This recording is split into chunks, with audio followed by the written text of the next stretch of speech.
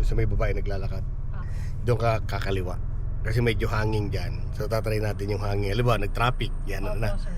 So practicein natin. Okay, pero relax ka lang. Lalo pag nagta-traffic sa ganyang sitwasyon, kailangan relax muna sarili mo, no? Okay, magalang mo lang. Paahunin mo na siya.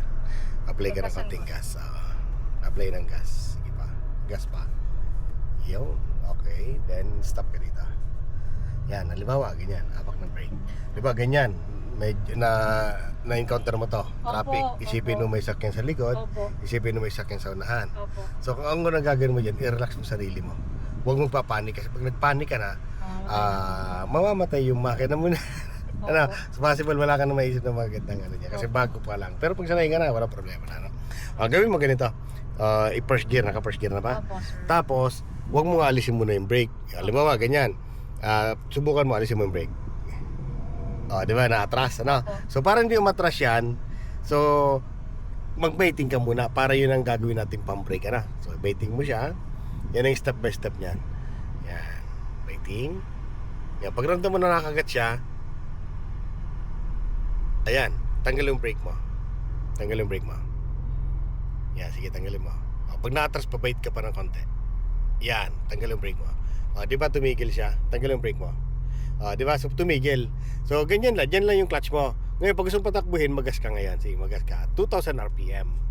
Sige, 2,000 muna. Huwag kong apply ng... Ayan. Hanggang umahon lang, ano? Ganun lang. Di ba? So, hindi mo mamatay makina mo nun. Ganun lang, relax mo lang. Ang ano ko, sir, yung nasa likod ko, no? Hindi. Kung biglas ng...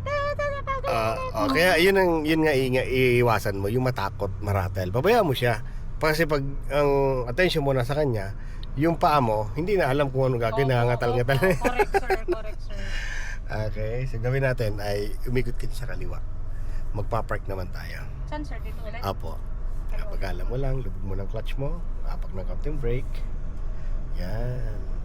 So sa pagliko okay, slow down. Dyan, lapitan mo na kagad yung reference mo. Di ba dyan kaya? So lapitan mo na to. Bigyan kita ng idea dyan. Slow down. Then tingin dito. Okay. Okay lang naman yan. Kasi di pa naman sobra kasi tinan mo mirror mo. Di pa naman lagpas sa ilaw.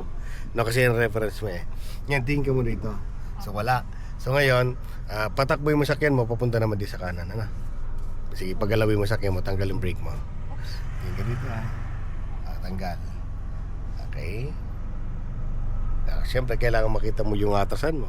No? Tingin ka rin dyan. So yung normal na naupo mo lang. Then isa pang tricks dyan, yung katawan ng sakyan mo, i-point mo sa gulong na yon, doon sa kulay orange.